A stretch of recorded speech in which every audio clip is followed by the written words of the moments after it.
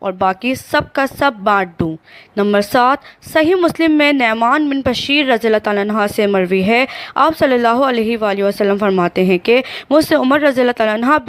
بن الخطاب نے نقل کیا، جب ہمارے پاس بہت سا دنیاوی مال جمع ہو گیا تھا، اس وقت بھی حضرت صلی اللہ علیہ وآلہ وسلم کی یہ کیفیت تھی کہ آپ دن کو بھوک سے مضطرب ہو جایا کرتے تھے اور ایسے خشک چھوارے کھا کر پیٹ بھرتے تھے کہ جنہیں کوئی بھی کھانا پسند نہ کرتا تھا۔ نمبر 8، حدیث شریف میں آیا ہے کہ آپ صلی اللہ علیہ وآلہ وسلم کا زہد صرف اپنی ذات تک محدود نہ تھا، بلکہ جو بھی آپ صلی اللہ علیہ وآلہ وسلم سے محبت کرتا تھا، آپ صلی اللہ علیہ وآلہ وسلم اسے دنیاوی عیش سے بے رغبتی کی ایسی ہی تعلیم فرماتے تھے، خصوصاً اپنے اہل و عیال کو تو ہر حالت میں اپنے ساتھ شریک رکھتے، چنانچہ اکثر اللہم اجعل رزق آل